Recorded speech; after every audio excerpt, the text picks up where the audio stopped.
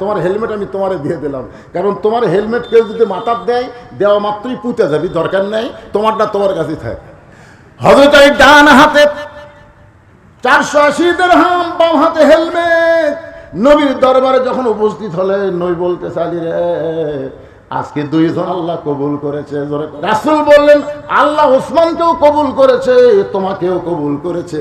এদের নবীর জামাই হলো দুইটা, একটা হলো আলী আর একজনের নাম হলো ওসমান। জোরে বলুন সুবহানাল্লাহ। একটু মনোযোগ দিয়ে শুনবেন।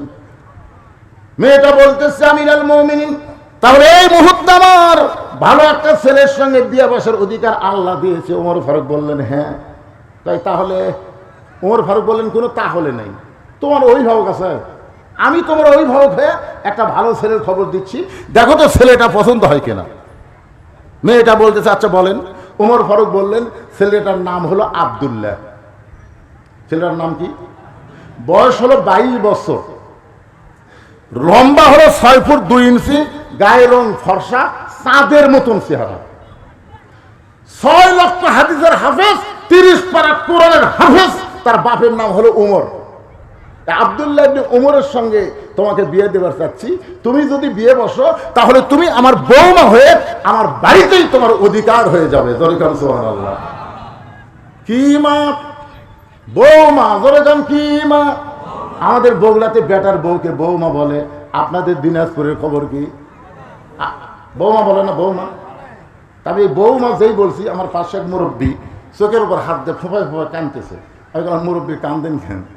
বলে, হুজুর আপনার কথার সাথে আমার বাড়ির কথার মিল নেই হুজুর। আমার 2টা ছেলে বিয়ে করাছি, একটা বউ ভালো লাগে। বিয়ে করার আগে বেটারা ভালো আছিল, কিন্তু বিয়ে করার পরে বউ যে কি কান মন্ত্র দিছে, এখন বেটা বউ খেলে চলে গেছে শহর। আমাকে খোঁজ খবর আর কেউ নেয় না হুজুর। আমরা বুড়া বুড়ি এখন গ্রামে আছি, আর বেটা বউলে শহরত থাকে। আমি বললাম, মুরব্বী তাহলে আপনার বেটার বউ কি? ভাই বেটার বউ দজ্জাল হুজুর। ওর বাড়ির কেউ যখন আসে ওই একেবারে সব খিলাই, আর আমার বাড়ি কেউ গেলে আমার বেটার বউ মুখের সামনে আসপারই পায় না। এরকম হয় কি হয় না? ধরে কন।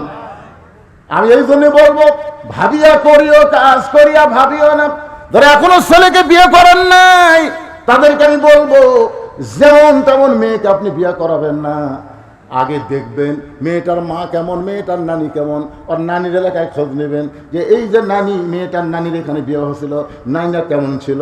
দরকার নানা যদি জীবিত থাকে নানার কাছে শুনবেন, আশেপাশে লোক জীবিত থাকলে যদি বলে এত ভালো ছিল, গ্রামে কেউ তার নানিকে দেখতে পারে নাই, এবার মায়ের খোঁজ নেবেন, যে মেয়েকে বেটার বউ করবো তার মাটা কেমন ছিল।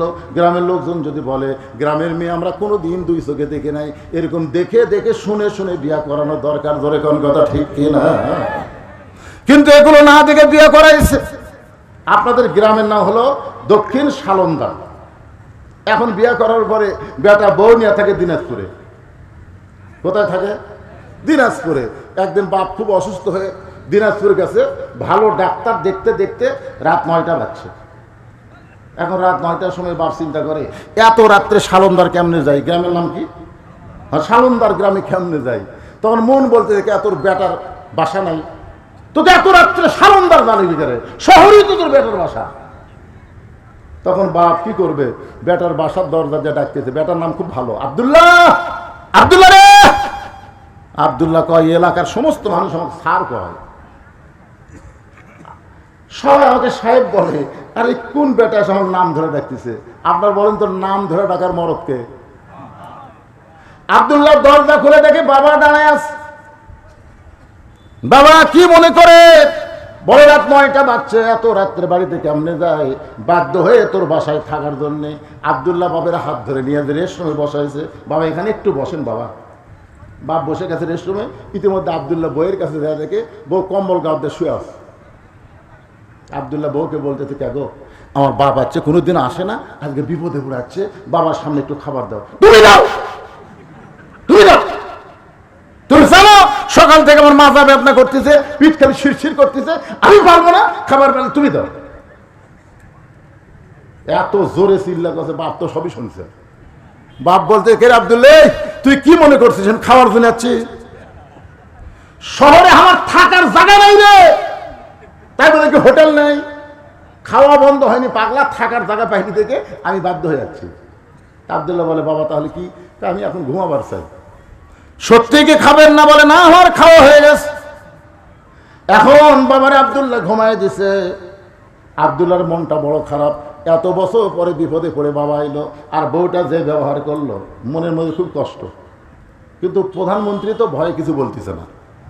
রাত যখন 11টা বাজে, রাত কয়টা? 11টার সময় আব্দুল্লাহর শালা দরজার ডাকতেছে, শেফালি আপা। আব্দুল্লাহ বই না হলো শেফালি আপা যেই কষে ওই কম্বল ভাড়াতে মারছে লাভ। আব্দুল্লাহ টাকা থেকে কম্বল আছে, বউ নাই। বউ দৌড়ে এসে গেট খুলে বলতেছে, আরে ভাই এত রাত্রে? ক্যারাম বোর্ড খেলতে খেলতে রাত হয়ে গেছে আপা, আমার খেয়াল হয়নি। আপা একটু ঘুমাবার, এ পাগলা নাকি তুই? রাত 11টার সময় না খেয়ে ঘুমাবি? কেন তুই না খেয়ে ঘুমাইলে আমার ঘুম ধরবি?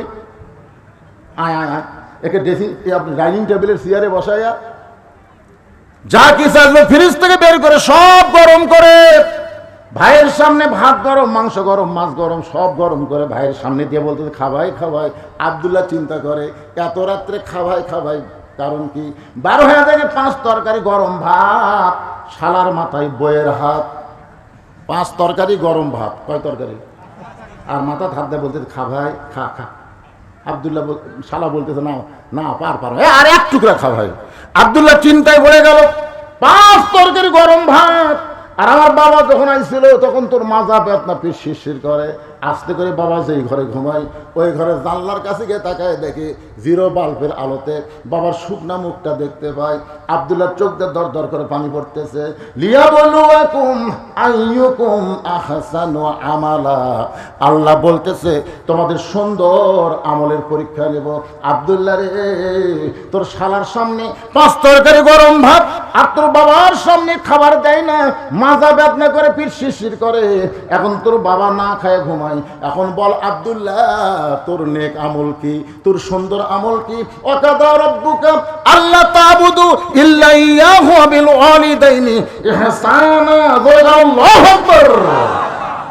আব্দুল্লাহ, আল্লাহর পরেই হলো বাপ মা রে, আল্লাহর পরই হলো বাপ মা। আর তোর বাবা না খেয়ে ঘুম পাড়তেছে, আর তোর শালা 5 তরকারিতে ভাত খাচ্ছে। এই মুহূর্তে তোর আমল কি? তুই কি কাজ করবি? লিয়াবলুয়াকুম আইয়ুকুম আহসানু আমালা, এই মুহূর্তে তোর সুন্দর আমল কি? আব্দুল্লাহ চোখ বন্ধ করে চিন্তা করতেছে, চোখ বন্ধ করে চিন্তা চুমকে উঠছে। চুমকে ওঠার কারণ হলো বাড়িতে একটা আটা বলা উটি বলা বেলান আছে। আপনাকে বোঝেন না যে এটা বেলায় না? আব্দুল্লাহ চিন্তা করতেছে এই বেলান দিয়ে কি কর্ম দেয়। তখন ইমান বলে দিচ্ছে, পিছন দিকে তাকে দেখ উঁচু হয়ে আসে। তোর বউ যে খাড়া হয়ে তোর শালা খাওয়াচ্ছে না, পিছন দিকে তাকে দেখ উঁচু হয়ে আছে, নিচেও মারবো না উপরেও মারবো না, মিডল পয়েন্টে বাড়ি মারবি। ওই বাড়ি কোনোদিন কাউকে দেখাবার পারবি না, কারণ কাপড় তুলে দেখাবার গেলে ইজ্জত যাবে। জোরে কোন কথা ঠিক কিনা? মিডল পয়েন্টে বিসমিল্লাহ বলে একটা বাড়ি মার, একটা হজের সওয়াব পাবি। 2টা বাড়ি মারলে 2টা হজের সওয়াব।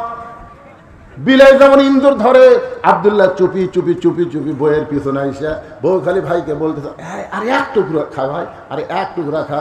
আব্দুল্লাহ মনে মনে কয়, আমার বাবা না খেয়ে ঘুম পাড়তেছে, তোর ভাই খাবার চাই না, জোর করে খাওয়াস। বিসমিল্লাহ বলে মারছে বাড়ি। যেই বাড়ি মারছে ওই জায়গায় বাড়ি মারলে শব্দ জোরে হবে কিন্তু লাগবে কম, শব্দ জোরে হবে লাগবে কম। সৌদি আরবে কেউ যদি ইচ্ছা করে নামাজ না পড়ে, তখন তাদের ধরে নিয়ে যায় পাশার উপর 5টা করে বাড়ি মারে। কার উপর? সৌদি আরবে আপনি যারা কাজ কাম করে শোনা দেখবেন, পাশার উপর 5টা বাড়ি মারে, কাপড় খুলে একটা চামড়ার উপর।